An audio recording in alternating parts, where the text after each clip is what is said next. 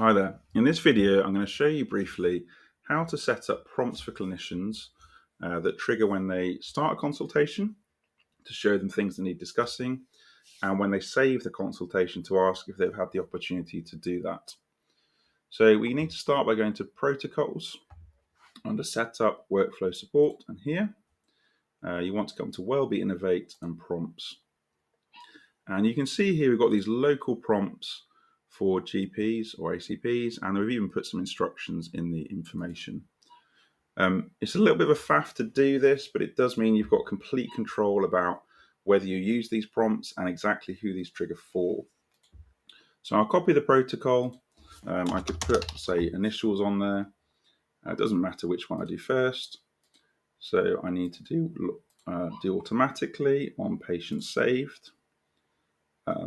Turn this one off because people then just tend to cancel them.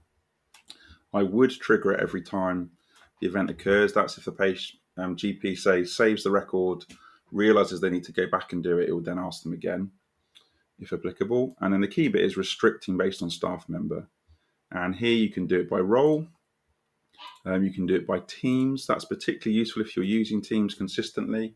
If you put someone in a new team, they'll get the right prompts. And you can also add in specific staff. And at this point, I suggest adding yourself in so that you can test it when you've done it all. So, okay, don't worry about that one. That will need publishing. Same thing again for the on starting consultation. All exactly the same, just the only difference is what the trigger is. Consultation started. Again, turn that one off, put in the same staff members and publish that. The last thing you need to do, just to be clear, for publishing, come to unpublished, find the ones you've created, right click, publish, and you're only publishing them locally. The last thing you need to do to make this work is go to your organization preferences under clinical policy and tree configuration. Excuse me, that's because there's a view that the protocol will launch. It doesn't launch as a pop-out, it just goes to it in the tree. So you need to have it in the tree for it to work. Similar to toolbars, we'd recommend that you don't give people permissions to create their own.